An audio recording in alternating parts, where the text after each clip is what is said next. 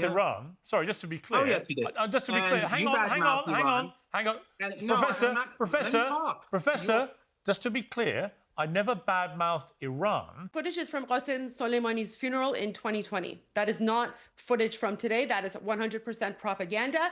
The Islamic regime, they are liars, they are murderers, they are thieves. I don't even know how he has access to the internet right now. He's coming in on his show because when Iran is free, we're going to get you're going to go to jail. No, to be fair, let me explain. Goldie, let me explain. People on your hands right now. Goldie, because you said this last time. Do you remember? It was all going to happen last time. Last time, Steve Bannon, the day after the war ended, on his show, says, I believe this is the beginning of the end of that regime, and puppets like you that have helped prop it up are going to look very stupid when that day comes. But I appreciate you joining me. Thank you very much indeed for joining me. Dude, you're about to watch one of the most insane exchanges I've ever seen. Piers Morgan sits down with an Iranian regime spokesperson, literally a guy whose entire job is to defend one of the most brutal dictatorships on earth. And it goes off the rails immediately. This man comes on with proof of massive pro-regime rallies in Iran. Except here's the thing. The footage is fake. Like, it's literally from 2020, from a funeral. And when he gets called out on it, he completely loses it. Accuses Piers of having blood on his hands. Says the protests we're all seeing aren't real. And then threatens massive retaliation against Israel and the West. While the Iranian regime is literally killing thousands of its own people in the streets right now. It's genuinely unhinged. And the best part, Piers absolutely destroys him. Let's get into it. Riot protests across the country, and I asked your producer to show footage of the protests in Tehran against the rioters. And this is from the middle of the footage. This is Engelab Square. It goes from Imam Hussein Square to Azadi Square, from Engelab Square south to Imam Khomeini Square. That is millions of people. That is huge. Anyone can look on the map or use DeepSeek or some other AI app and check what sort of distance this is. This is a helicopter. But just a few hours ago... Just to stop you there, Professor O'May, just to be clear, that's footage you've supplied. We've been unable to independently verify it, so it is what it is. Clearly, there are people, it seems from all the independent reports I've read, who are... Okay, so Goldie, for example, one of our panellists, is saying that footage is from 2020. So we don't know what you're showing us there. You accept that? No, that's a dishonest take. That footage is very clear. This misinformation is being produced by the West, and the reporter who was on that helicopter, whose face is there, he came on television, showed the footage. I was at the protest. There were millions of people. What you are trying to do, just like you did during the Israeli regime's attack on Iran, is you are trying to help war. Because when the Israeli regime carried out that blitzkrieg attack, as we were negotiating with them, you invited me and started bad-mouthing Iran. Why? Because you and many others like you... No, I didn't bad-mouth Iran. Sorry, just to be clear. Oh, yes, you did. Just to be clear. Hang on.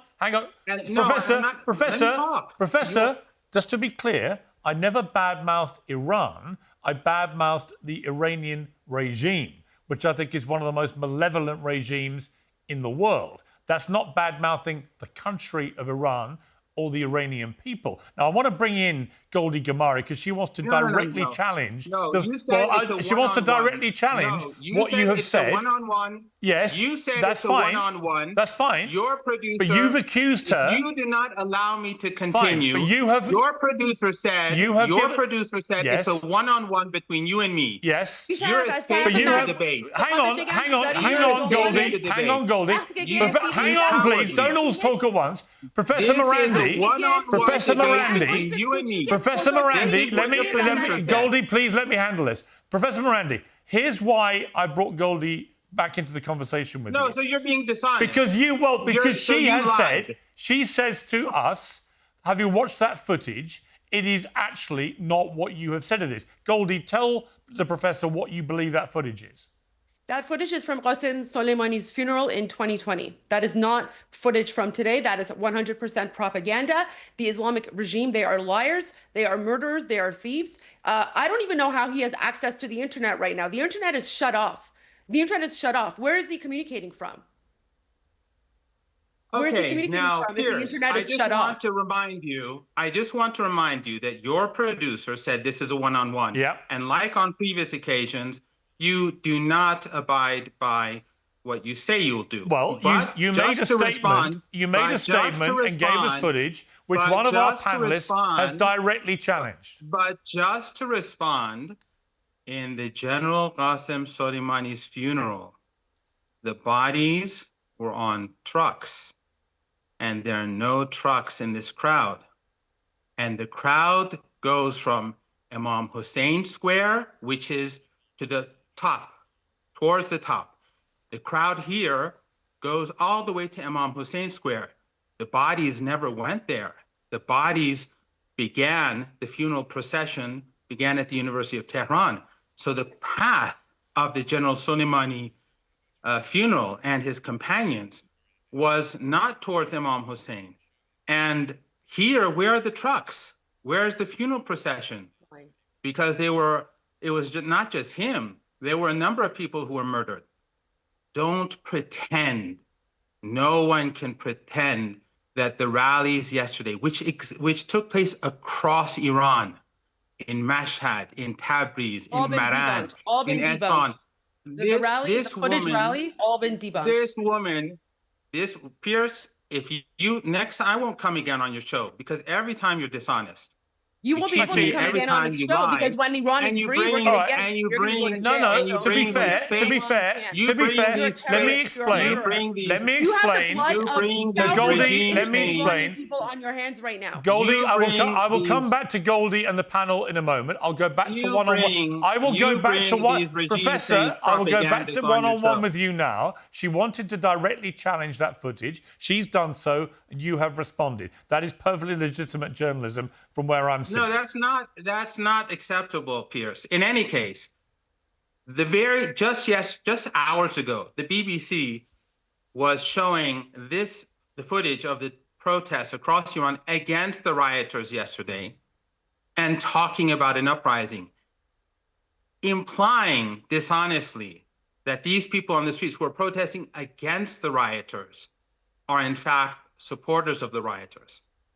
This is how it works in the West. Well, the best That's how way, you the best prepare way, grounds surely. for war. All right, Professor, the You best bring way, in people Professor, you bring in Professor, people like this woman Professor, the best way and to talk about Professor, just one moment. the Pierce. best way to clear this up is to allow journalists to do their job freely in Iran, turn the internet back on, let everybody work out for themselves what is really happening. But when a regime shuts off the internet, what it's really doing is not trying to stop communication between protesters, it's trying to stop the truth about what it is doing in response being communicated to the world. And what it's doing is murdering thousands of Iranians who are protesting. They've admitted killing 2,000. Reports are that it may be as many as 12,000 or more. We're seeing footage here of body bags everywhere. And that is why the regime is turning off the internet. It's not out of some great altruistic, well, we just, don't want these people communicating. It's so that we can kill them and the rest of the world can't see what we're doing. No, Pierce, that is an utterly dishonest take. The numbers are fabricated. The government has not given any numbers. And as I said, 2,000. I'm talking, Pierce. You don't want me to talk. Well, you said you're just wrong. You are just like You're those wrong. journalists who are talking about weapons of mass destruction in Iraq and the incubators. And Well, I led the campaign against that, as you may remember. well, you've flipped. I haven't Pierce. flipped to anything. I try and deal in facts. No, Pierce. We had rioters who burned people alive, who cut people's heads off, and it's the evidence. And what has your regime done to the protesters? The protesters, Pierce, the millions of people that came to the streets yesterday. Why did they come to the streets? It's because your narrative is nonsense. Well, how many protesters have been killed? Your narrative. How many protesters have been killed? I don't know the numbers, You don't but know. I do know that roughly 100 officers of the law have been murdered. So you know how many people you believe have been killed on the regime side, but you have no idea how many people the regime's killed. Interesting. You don't want me to talk because you're afraid. Because you're afraid that I'm going to wreck your narrative. That's cowardly, Pierce. I think what you're afraid of, you're afraid of this uprising this time being the one that actually topples the regime that you prop up. You want to help, just like you were preparing as the Israeli regime carried out its blitzkrieg attack on Iran when Iran was negotiating. You were saying all sorts of nonsense about Iran to demonize the country, to justify the aggression and the slaughter. So you have blood on your hands. And this is what you're doing now today for Trump. The protesters on the streets across the country yesterday said a big no to you and your fake narratives. But people like you will just go out and say, this is fake. There was no demonstration. Whereas there were reporters in Iran. Al Jazeera was there. Many other people were there. You had Iranians across the board there. It was shown live on television, Piers. It was shown on Iranian channels live. You can go, your producers can go back and look at the footage online as it was being shown. You cannot pretend that millions of people were not on the streets in Tehran. You cannot pretend that simultaneously millions of people were not on the streets throughout the country. It's a fact. It was shown live throughout. I'm not sure, Professor, all due respect, I'm not sure that you and facts are easy bedfellows. But I appreciate That's your problem, Piers. Not really. You're the one who actually it may be a problem for you. You're the one who denied the genocide in Gaza for a year and a half, and you tried to justify the actions of the Israeli regime for a year and a half. And let me be very clear that if the United States, if Trump carries out an attack on Iran, the Iranian retaliation will be massive. And people like you, it was after the strike last summer, you mean? People like you. You said this last time. You said this last time. People like you will bear responsibility. But this is the trouble. You're full of crap, aren't you? Because you said this last time. Do you remember? It was all going to happen last time. Last time, Steve Bannon, the day after the war ended, on his show, said that the reality was that during the last 3-4 days of the war, the Israeli regime was in serious trouble. And they were begging for a ceasefire. But what happened to the retaliation that you said would happen? And Trump, because the Israeli regime was begging for a ceasefire. What happened to your retaliation? Did you see Tel Aviv? Did you see how we hammered Tel Aviv? Please, it's embarrassing. Sure. It's embarrassing. You come on here all the time and you say it's going to be, the retaliation's going to be horrific. It's going to be this, it's going to be that. And it doesn't happen. Iran doesn't have the capability to respond in the way that you talk. It's all bluff. It's all bluster. And what it seems to me, Professor, now is the people of Iran have had enough of this bullshit and they're rising up. And as the German Chancellor says, I believe this is the beginning of the end of that regime, and puppets like you that have helped prop it up are going to look very stupid when that day comes. But I appreciate you joining me. Thank you very much indeed for joining me. Lies, Piers. I'll go back to the panel. Piers, history will remember your lies. Yeah, okay. I'm sure they'll remember someone's lies, and it won't be me. But thank you. Remember your lies. Always a pleasure to talk to you, Professor Marandi. So here's what just happened. Piers Morgan absolutely dismantled an Iranian regime propagandist on live television. And it wasn't even close. This guy came on with fake footage, got called out immediately, spent the entire interview deflecting and attacking, and then left with, "History will remember your lies." Dude, the irony is unbelievable. History is going to remember the lies, all right, but they're going to be the lies of the Iranian regime that murdered thousands of its own people, while clowns like this guy went on Western media to cover for them. And let's be very clear about what Piers said at the end. I believe this is the beginning of the end of that regime. He's right. This uprising feels different. The Iranian people have been living under this brutal theocracy for over 40 years, and they've had enough. Young people in Iran don't want to live under Sharia law. They don't want morality police. They don't want to be told how to dress, what to say, who to worship. They want freedom, and they're willing to die for it.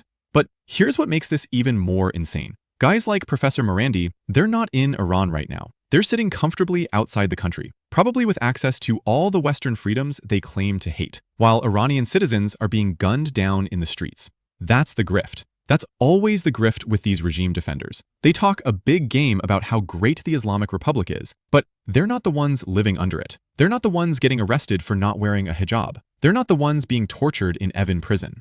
And the worst part? The Western left eats this stuff up. They'll watch an interview like this and say, well, we need to hear both sides. No, we don't. There are not two sides to a regime murdering thousands of protesters. There's the side of freedom and the side of tyranny. That's it. And if you can't figure out which side you're on, I don't know what to tell you, man.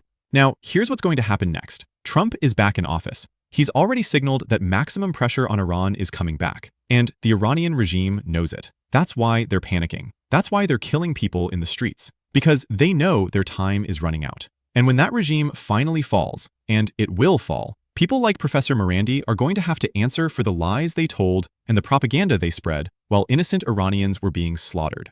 Piers Morgan doesn't usually get my full respect, but on this one, he handled it perfectly. He didn't let this guy gaslight the audience. He called out the fake footage. He pressed him on the death toll. He pointed out the hypocrisy. And when Marandi tried to flip it and accuse Piers of having blood on his hands, Piers didn't back down. He said, actually, it may be a problem for you. And he's right. When that regime falls, guys like this are going to be remembered, and not in a good way. If you want to see more content like this, where we break down propaganda in real time and call out the BS, make sure you hit that like button, subscribe to MB, and drop a comment below. Let me know. Do you think the Iranian regime is actually on its last legs this time? Or is this just another uprising that's going to get crushed? I want to hear what you guys think. Stay sharp. I'll see you in the next one.